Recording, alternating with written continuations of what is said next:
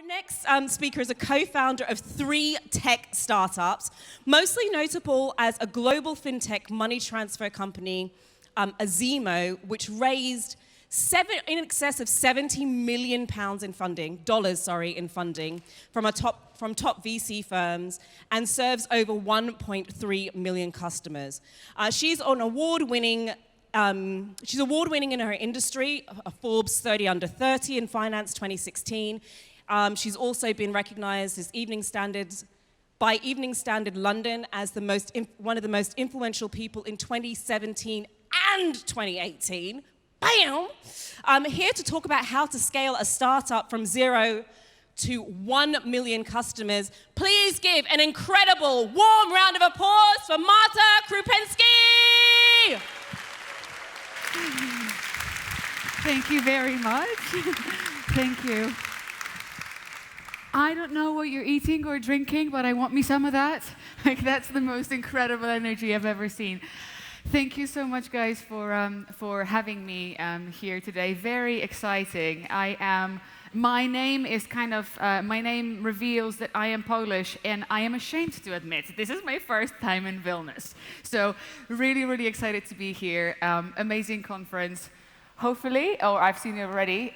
Great audience. Actually, let me just check who is in the audience. Raise your hand if you work in a startup.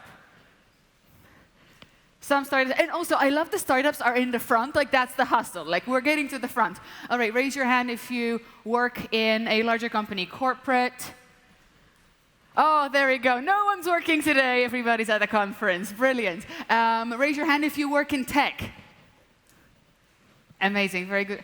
Raise your hand if you're a student or looking to do your big next thing. All right, some. Amazing. And any investors in the room? Any money people? Oh, there are some money people. Excellent. We got a good representation. I want to start with, perhaps maybe I should explain why this says Head of Google for Startups UK. So in this crazy world, you start 3 startups. You live in 4 countries. You define yourself as a proud migrant. And still one day, Google calls you and says, do you want to support startups in the UK and use the richness and the opportunity of the London ecosystem to help accelerate startups globally? So alongside my 13 years now in startups, I have very proudly taken over Google for Startups in the UK as of December. But this is not what I'm here to tell you about. I'm here to talk to you about the startup journey. And as we know, startup journeys tend to start in some sort of a garage. Now, don't be worried. I will not be telling you the story of how Google started in a garage, although this is a very cool story. But I want to talk to you about another very unfancy garage. And this is my cheeky way of sending a very big thanks to someone that has played a very important part of my life. Any of you, actually, I'm Central Eastern European. I hear you're from the Baltics. I was told not to say Eastern Europe or Central Eastern Europe or the Baltics, but we're all very mobile. How many of you have been to London? There we go, exactly. So this is a very unsexy part of London. Forgive me the poor quality of the picture. This is Leytonstone in East London, where very many Poles, Lithuanians, Latvians, Russians live.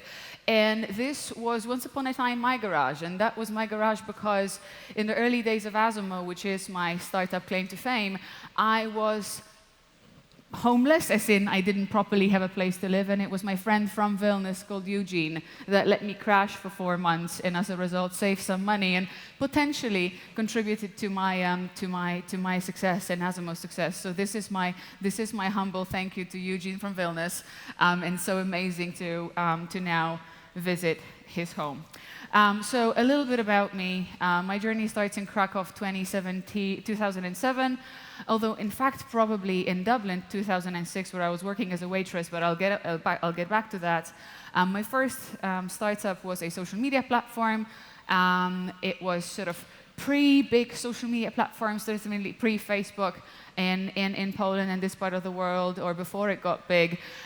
We were a social media platform, especially targeting travelers and expats. We grew really big until we went bust.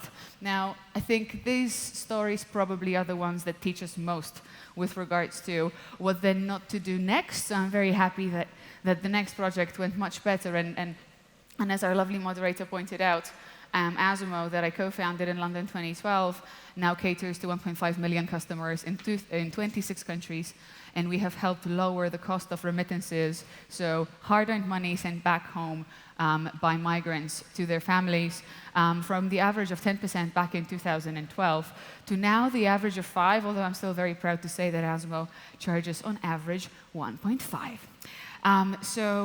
In the meantime, I did an exec MBA course at Columbia Business School, and the only reason why I mention this, because I think it's important in this story, as a young female migrant from Poland, working and living in London, I have felt like an imposter for a big part of the sort of early days of my career. And then I went to this course with executives from Mitsubishi and some of the directors of big companies in the US.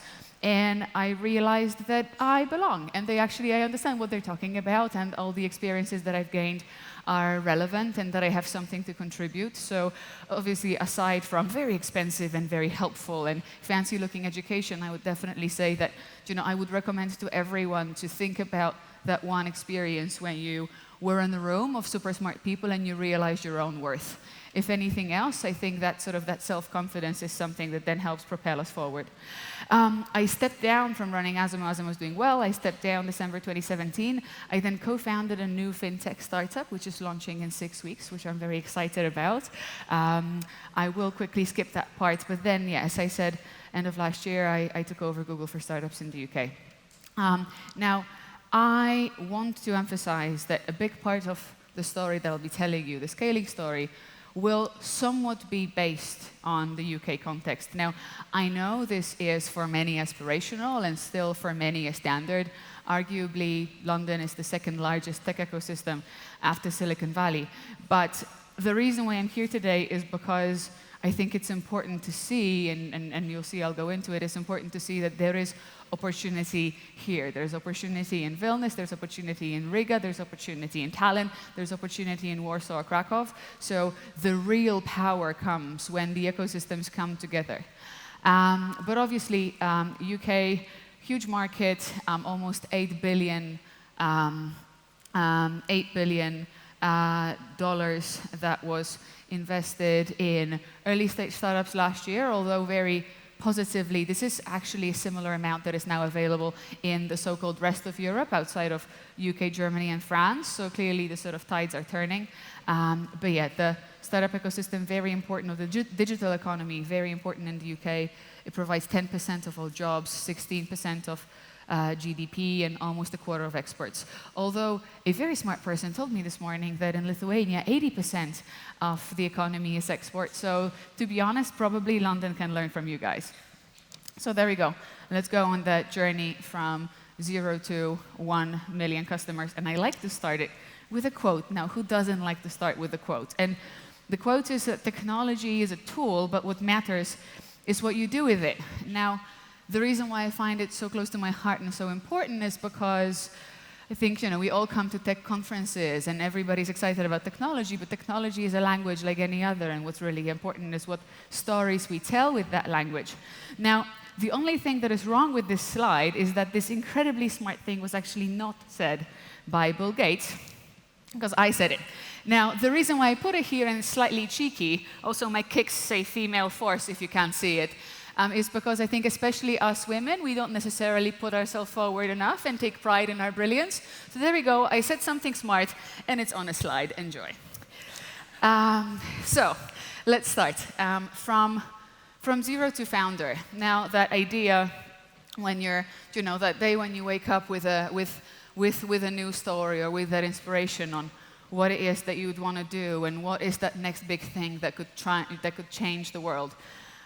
It all starts in you, and it's all about you, because that journey that you'd be embarking on is one of, frankly, blood, sweat, and tears, and the most rewarding moments you'll ever have. I don't know, I don't have children. I hear that children can be as rewarding, although in this crazy tech world, I hear techies referring to children as their startups, so, and to startups as their children, so I guess maybe it's getting a little bit muddled.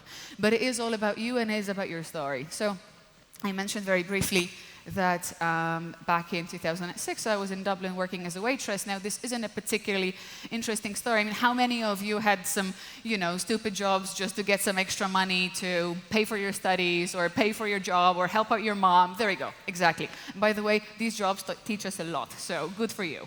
I saved 3,000 euros in Dublin. At the time, my mom was making around 300 a month, so that was a ton of cash. And I wanted to send this cash back home. That was 2006. My options were, as advised by my waiter friends, either Western Union or the bank. The bank wanted 300 euros for me to pay for the transfer of 3,000, and Western Union wanted 400 euros to transfer 3,000. Now, as you can imagine, that made absolutely no sense. What made most sense is, you know, packing my pockets with cash and getting on a Ryanair flight. So all these years later, I still think that I am a prime Ryanair customer, although they never paid me for it, and their planes are a bit shit. But other than that, you know, Ryanair was essentially the first company that I ever used for money transfer. Years later, when I was living in New York, it reminded me of that hassle, because at this time I had built a social media platform, and we got used to things such as, you know, attaching pictures to messages. You could pretty much, at some point, it felt like you could attach anything to a message. Then why couldn't you just attach cash to a message and send money that way? It is an idea that I didn't know much about finance at that time, so it was really critical that when the idea for Asimo was born, I teamed up with people much smarter than me in the area of money transfer, and obviously we built the company together. But I think what sort of got me out of bed on a lot of the days that I, you know, hadn't slept much and hadn't eaten much and hadn't seen my friends or my family, or I definitely couldn't find time to have a boyfriend, you know, at that time I remembered why I wanted to build a low-cost money transfer, because it was personally important for me. And I think when we hear inspiring stories of founders that are building businesses that not only they can relate to, the market can relate to, but then also your employees can relate to, then knowing why you care is a really important one. And on that, you probably have all seen it because it's been around for many years, but Simon Sinek's TED talk on Start With Why is a really, really powerful tool. Sort of, if you're thinking about, you know, either a startup idea or sometimes even why does your job count, or why does the project that you're currently part of counts, then this approach of Start With Why is really important. Now, going a little bit further into the sort of the product strategy, this is obvious, but really spending time on researching competition and being able to intelligently and succinctly explain how you're different is going to be a really important one. Because again, it's going to be an important one when you're explaining it to a random person in the street, to your mom. My mom still doesn't get what I do, but that's okay. To your partner, to your prospective employees, and obviously to investors if raising money is what you want to do. Fun fact, my favorite one of sort of elevator pitch and being able to explain what we do and why that's important. I had one elevator sensu stricta pitch in my life, and that was when I was in the elevator with Princess Kate and Prince William. And they got it, so I guess that means that my elevator pitch worked. Now, when it comes to the sort of the growth piece, and as you'll see, I'll try and sort of use these slides split in leadership, product strategy, growth, and a hack, because I think these are generally quite helpful. On the growth piece, thinking big, and that's sort of thinking about the world after you're done. And using the example of Asimo, how we used to tell that story, we were thinking about, we looked at the global data, and there are 7 billion people in the world, 250 million migrants. Those 250 million migrants send money to 750 million people around the world. That means that 1 billion people send or receive remittances. That's 1 in 7 people in the world. We looked at the fact that the total amount of international aid that is offered by countries to less developed countries is around $200 billion, which means that remittances were more than 3 times that. The total amount of remittances is currently around $700 billion. And then we were thinking about, if the average cost is 10% and we could lower it to 2, then, now think about the revenues that you would be getting, or think about the potential of growth if we're looking at a $700 billion market and we're slashing the cost by 80%. And being able to explain that impact and that size of the market, very, very important. And then that last piece, the hack piece, is being the world's best specialist. Now, I got into this business as I'm actually a psychology grad, organizational psychology, but still psychology from a Polish university. Let's face it, nobody in the UK cared. And I was not a finance specialist. I did not work in money transfer for many years. My co-founders did, but I didn't. But there was still an opportunity to work really hard, really understand the competition, understand my own story, understand the story of other customers, speak to people in my life that were using this type of product.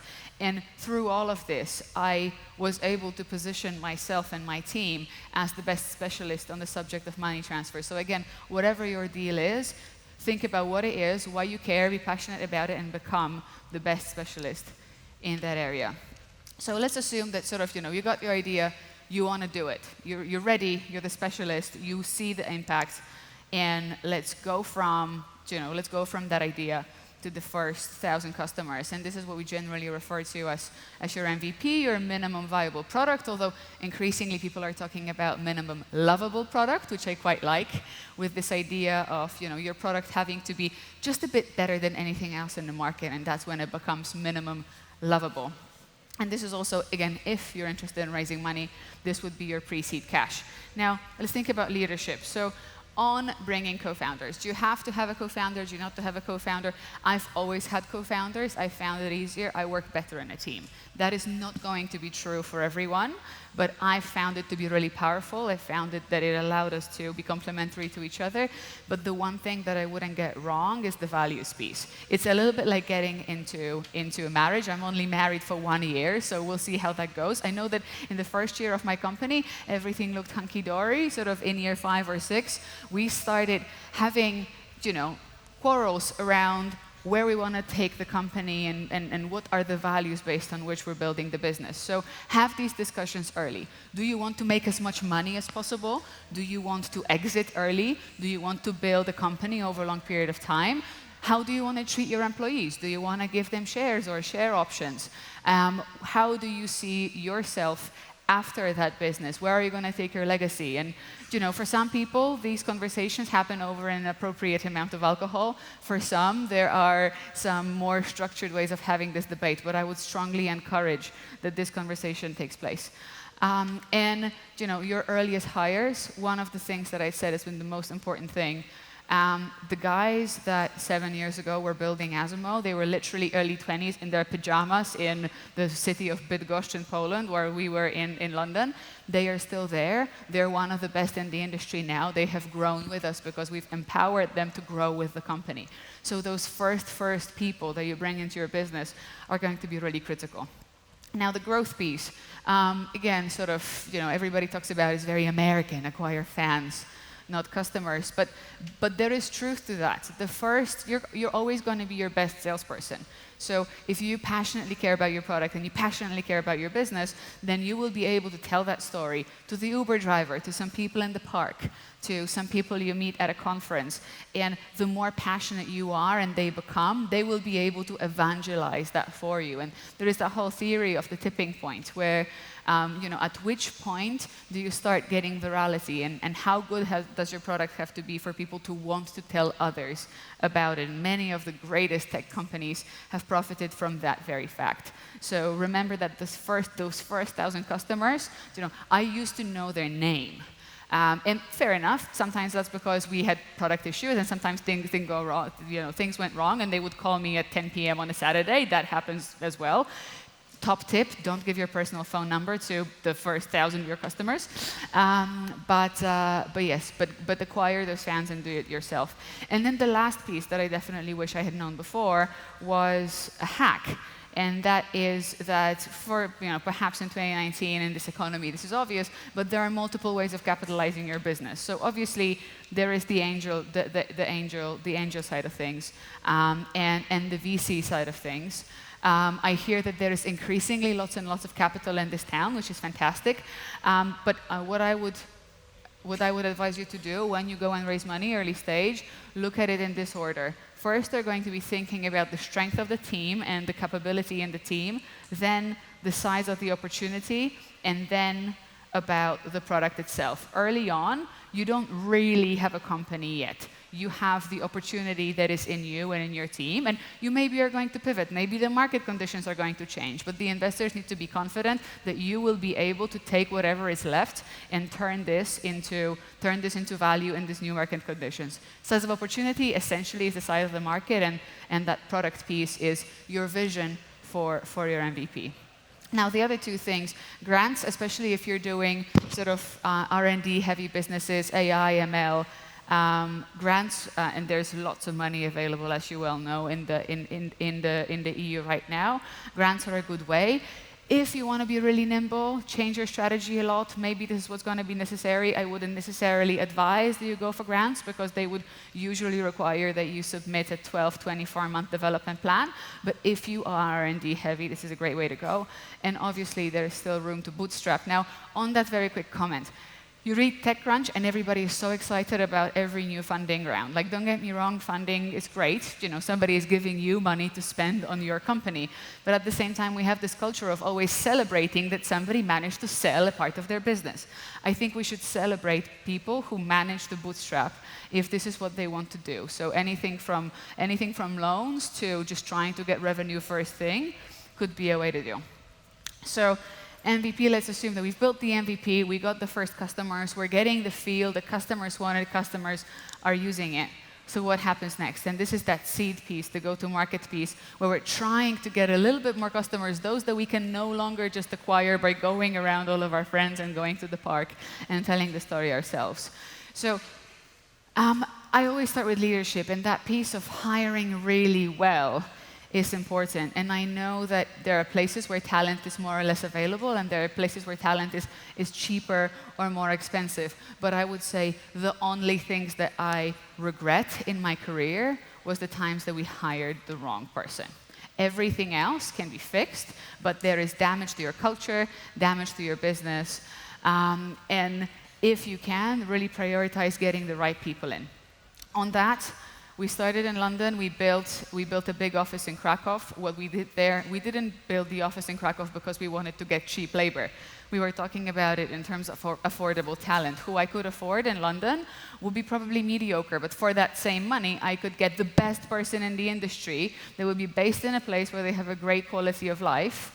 And as a result of that, they'd be happy, they'd perform well, they'd contribute fantastically to the team.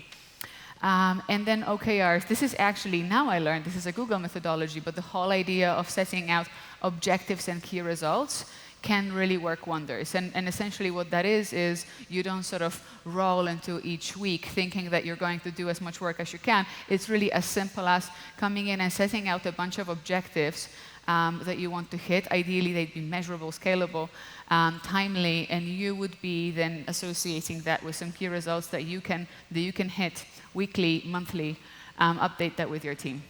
Product strategy, sort of built, again, actually I said I didn't regret anything other than hiring badly sometimes. Choosing the right architecture and preventing technical debt. The tricky thing is you're generally rushing and you want to get everything done really, really quickly, and then it turns out 4 years later that your development stales and you can't really ship any new stuff because the architecture that you chose is stiff and your team is telling you that they need to slow down. Thinking about that architecture early on, if you can't afford the best CTO in the world, then get an advisor and make sure that they help your team take those right decisions would be really important. And then the testing piece becomes really key. And this is both quantitative and qualitative. So you can use a bunch of Google products or actually just a general online products to do testing, but it can be app testing, website testing, and testing in person, even if that means coming up to, again, an Uber driver and asking them, look at this app, what does this say, what does this do? What do you think this app is for? Would you pay money for it? How much would you pay for it? On the growth side, the marketing playbook. Now, unit economics is generally something that would be best to optimize for early on in terms of understanding and projecting where your business is going to be, what the margin is going to be, how much money you're going to make, how fast you're going to grow. But at this stage, in order to be able to raise a bit more money, if this is your game, you really need to understand how much does it how much does it cost you to acquire customers, how much revenue, this is net revenue per transaction, how much revenue do you make per single transaction, what's the lifetime value of the customer, how long are you going to stick around? Or are you just trying to buy them once? Are you just going to try and bring them on your platform once? Or are they going to keep on coming back and buying your products? What is your monthly recurring revenue? And then starting to think about diversifying those acquisition channels. Do they all come from paid ads? Do they come from affiliates? Do you send them emails? Do you have a refer a friend program? But do you have some offline marketing? But at this point, it would be great to prove that you know what are the different ways in which you can acquire customers, because once you do that, it would also be a much easier conversation with investors when you say, listen, if you put $1 million in, this is how many customers are going to come out on the other end as they come through that marketing playbook.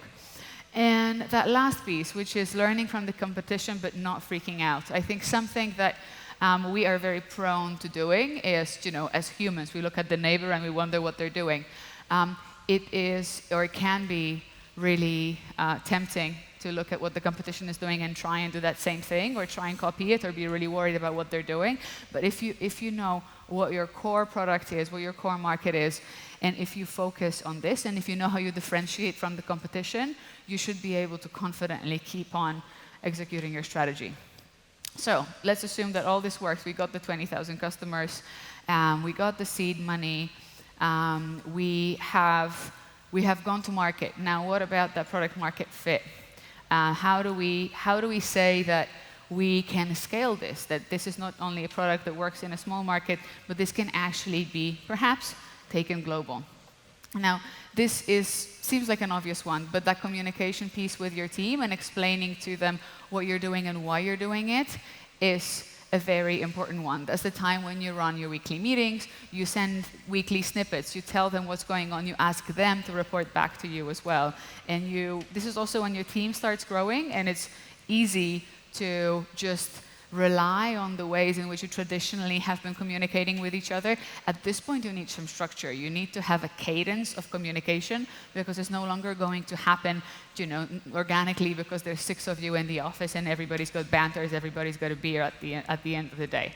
And it's important to grow with your business. That's the point at which I did the Columbia Executive MBA piece. Obviously, not everyone will be able to do that or have investors that were as supportive as mine to pay for it effectively. But whether it's a podcast or a blog or a book or just chatting to fellow entrepreneurs, it's really important that as your business starts growing quickly, that you can grow with it, regardless of whether it's your first company, second company, or 7th.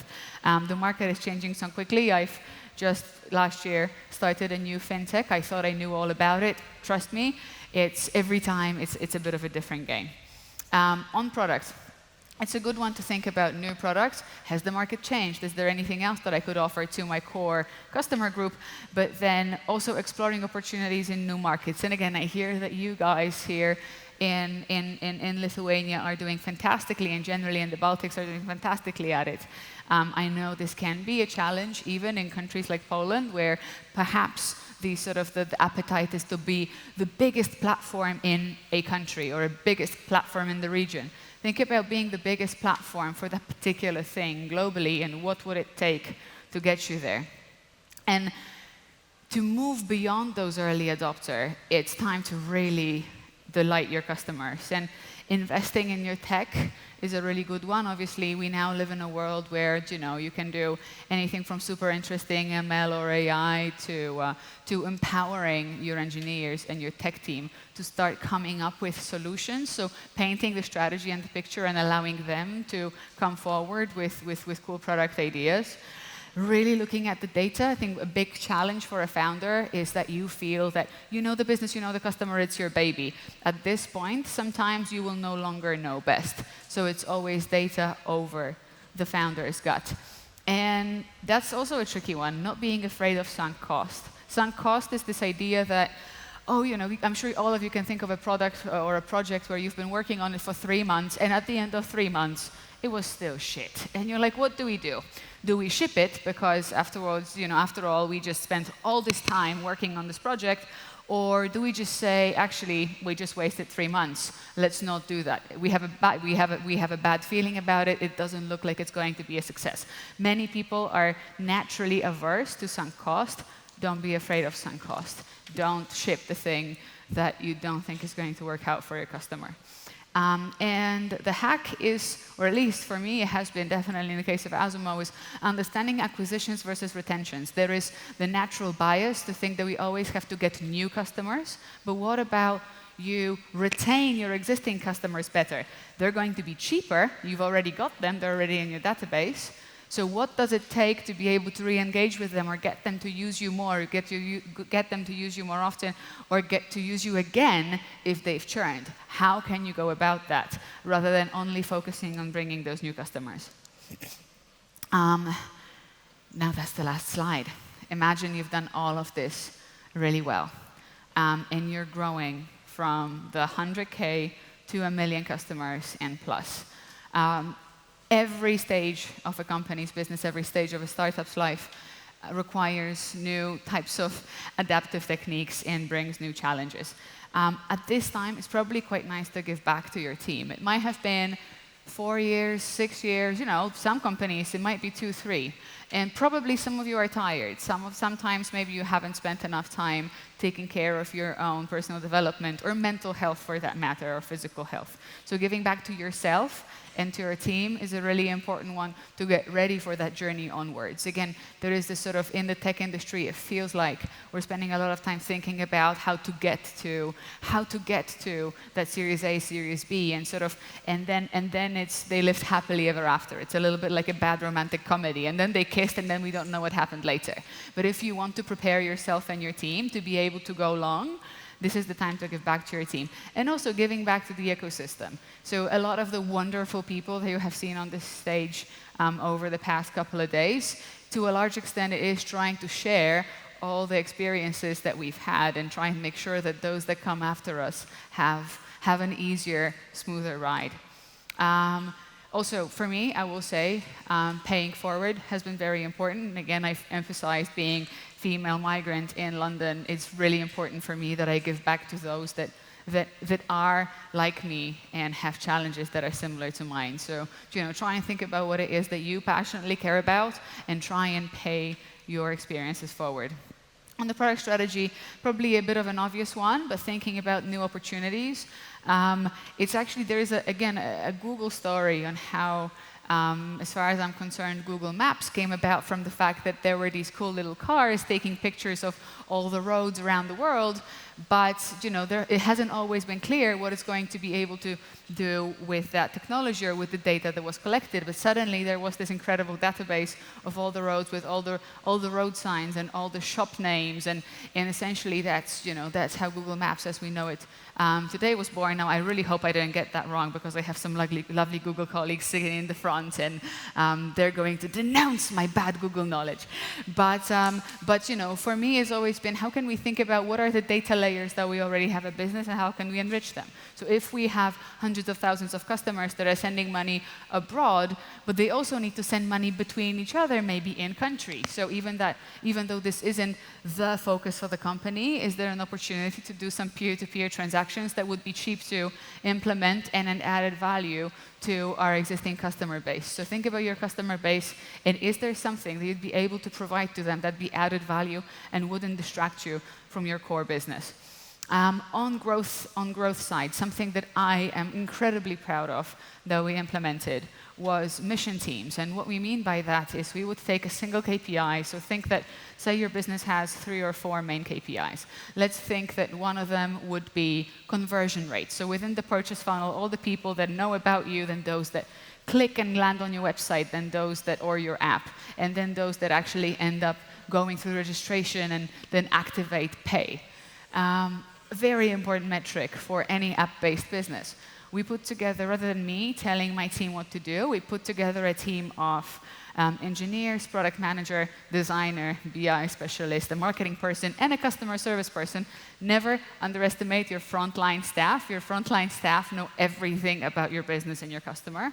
And within those mission teams, they would be suggesting, they would know that their goal is to increase the conversion rate. So they would be coming forward with suggestions how to do that, rather than us telling them what to do. At this point, often your company is also big enough that perhaps you are no longer the best specialist, and that's also okay. The main things that I've learned in my life was from people that I managed, because they were better specialists than me at a given point in our company's life. And that last hack is that developing yourself and remembering why it was important. I remember the day when I did a leadership course, and I always believed that leadership is all about other people. I've learned to realize that leadership is actually, to a large extent, it's about you. It's about how do you manage your own reactions and responses to the world around you? How do you manage your motivation? How do you manage your passion? How do you then use yourself to be able to influence others? So then coming back to yourself will be that really important one. And I hope that at this point, you've got 1 million customers, you've raised a ton of money, you are invited to every single conference, and most importantly, you have created a product that has made a significant contribution to the market, and that you can be proud of what you and your team have achieved. So very quickly, a quick PS on, as we've sort of gone through that journey on the ecosystem. I said that I'm going to tell you a story that is taken out of the UK market, or arguably a mix of UK and Europe, because Asimo is in 26 countries, and we have 50 people in London, 100 people in Krakow. But I think this is why this ecosystem piece is important, because we know that money or opportunity is no longer just in the US and in the UK. There is incredible value in those markets, but there is incredible value in markets like this one. And we know that 2018 was a record for investment in this part of the world, and both in the region and for companies that have mixed HQs, so US, UK, and Central Eastern Europe or the Baltics. So there are some fantastic examples here. Very pleased to say that Asimo is on the slide. This is our Series C last year, but you see some great companies. Moniz from Estonian founders. We have a Lithuanian Vinted. We have obviously Taxify. So there are proofs that there is opportunity both to stay in your region and to mix your region and the opportunity, the talent, the cash that is made available in the UK or the US. So with that to say, I want to share an opportunity with you. I told you at the beginning that I've taken over Google for Startups in the UK. Google for Startups is essentially an arm of Google that is empowering startups with the best of its products, connections, and best practices. And products could be, Google Cloud, and it's great tech and possibilities, especially if you want to build anything that's ML related and if you want to build for scale. But a whole array of Google products and how to make the most out of them. I also have to say that at Asimo, frankly, Google helped us a lot to lower our cost per acquisition, and that took our business to the next level. But that's also being able to get mentorship from Googlers. That's being able to use the methodologies that Google uses. I remember, frankly, I poached some people at Asimo from Google, thinking that I need to hire them to figure out how Google works to make my company equally successful. Now, there are opportunities to engage with Googlers who can do that mentoring, and it doesn't require hiring expensive Google people. So with that to say, we're going to run a program that starts in September in London. and it's called Google for Startups London Immersion. And we're looking for 10 startups from Central and Eastern Europe, so the Baltics included, and we want to bring them to London for a week of intense education and connecting with the best founders and startups in the UK. Then we're going to, there we go. Then we're going to do 2 months of remote mentoring. So each startup gets super senior assigned Googlers who are going to help them work through the biggest challenge or the biggest opportunity in their business. And then the program finishes with an investor day. So we bring the 10 companies back to London, put them in front of top VCs that have their presence in London. Now, why do we do this program? This is not because I want everyone to move to London, just the opposite. It's about creating bridges in a world where, you can hop on that bad Ryanair flight or something else if you're lucky, and still, be able to perhaps take some money from that ecosystem, but also build a network, create commercial opportunities, sell into a big and rich market. So what I would really love to do is that after this program, we have some incredible success stories from the incredible countries that are here in the region that can proudly keep on developing their businesses back home, but at the same time, can still profit from the opportunity that is in the UK. So we're looking for companies that are based here, don't have a London presence. They need to have, ideally, app businesses, but SaaS will also be fine, with the main products already live, with some early traction at least. We're looking for great founders, ideally with some external funding already, although we'll look at others as well.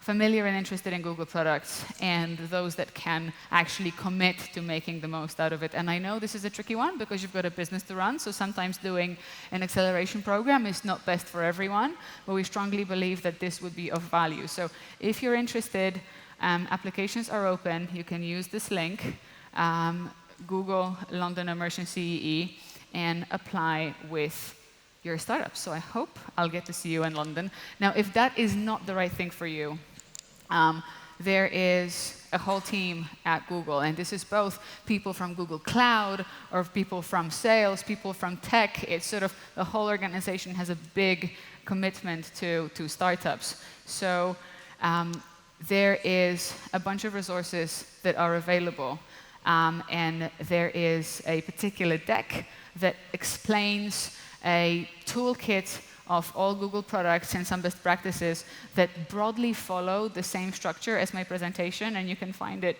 in Google/build a startup, and there is also a page with all resources that allow you to do anything from applying for cloud credits to applying for mentoring. So I hope that was remotely useful. It was definitely a pleasure to come to Vilnius.